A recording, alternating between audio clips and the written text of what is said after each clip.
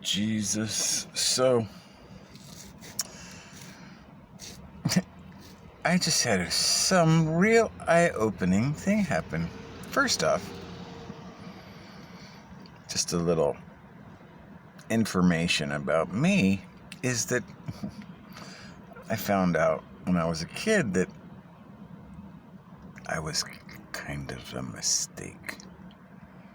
My mom and dad, they were like girlfriend, boyfriend back in the 60s, and they kind of had a little too much fun one night, and my mom got pregnant. My dad's like, all right, I'll marry you. And that was how I got started. So, anyway, my mom got married, and they got married and had a couple more kids, and they're still married. They're both kind of dementia now, but I pray for them. It's all good. I think they'll be in the kingdom, so it's all good.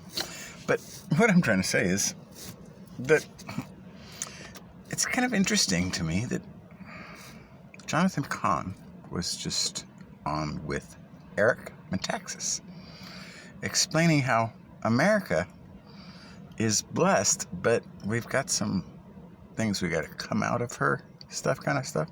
He didn't say it in those words, but he said that Israel was cursed because they were sacrificing babies to Baal worship. And I started thinking, wait a minute. If Baal worship is loving money and things more than God, like most pastors are, and we have killed 72 million babies, mostly here, then this Baal worship of Egypt, well, let's just say we might have created our own pyramids in Washington, D.C., because Baal worship seems to have just been moved on the chessboard to America.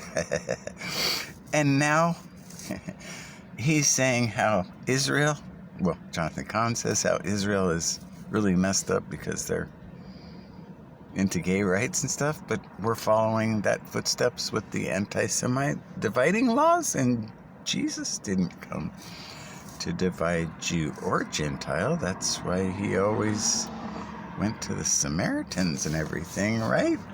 And even in Acts, they went to the Ethiopian, if I remember right. So, I don't understand why everybody's trying to play all these silly chessboard games, because I didn't see all of Jonathan Cahn's interview about how America's kind of struggling right now because we're in a dark place. Well, obviously, we're in a dark place if we've sacrificed to Baal 72 million times, and we've got hirelings for pastors almost everywhere, and they don't know the Good Shepherd's voice, so that means they're probably praying to Lucifer, and most of them say that Jesus is God, which is the same thing Lucifer did, and I don't think Jesus, as the Son of God, came as a man so he could say, hey, I'm like Lucifer now, but I didn't kick it out of heaven. I rule all, and I'll come back as king later. Well, maybe, or I'll just let you rule through me, or I think that's how they'd put it. That's why they never want to talk about the king. And then they get into this replacement theology. But I never read anything about that in the Bible. All I read is that he came to rule the whole world. So who's replacing who? And isn't Israel part of the world? That's where he came from. And of course he's going to save his people there. Like that Rabbi Mantis. He was just asked, what about the Messiah? And he's like, well, I've got 300, 600 some laws I'm trying to follow God with. And if I'm serving him and he comes and I got to do that too, that's great. I'll bow, whatever.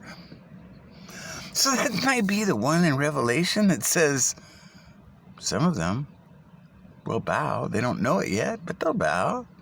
Why? Because they've been following the golden rule. They just didn't quite get the quite right Messiah yet in the lands of confusion. So I think that Jonathan Cahn has really opened some things up, because when I think about it, there's a lot of people that were probably in the same situation that my parents were. And we're like, get married and everything. I have to change my life. Can't we just get rid of this baby and sacrifice it? Besides, Jesus died for me, and I really enjoyed that sex, so what the heck? I can just get rid of it. Not a big deal. I'm saved by grace. But then Jonathan Cahn, Eric Metaxas, none of these, not even Troy Black. Even Troy Black's got a new wild one, but I haven't got time for that. It'll take forever. Nobody will watch it, and a TMI. But this is what I'm saying, is that we really need to think about how much we love money and all these things, and how much do we really trust saved by grace routines, when that's like a ticket to ride. But dude, you're a tree, man, and if you're growing and rotting, you ain't fixing yourself, and your fruit stinks. Well, I don't know what's gonna happen with you, because when Valencia orange trees sit for a few years and gonna get picked, oh man, they get ugly, man. Nobody wants to eat that stuff.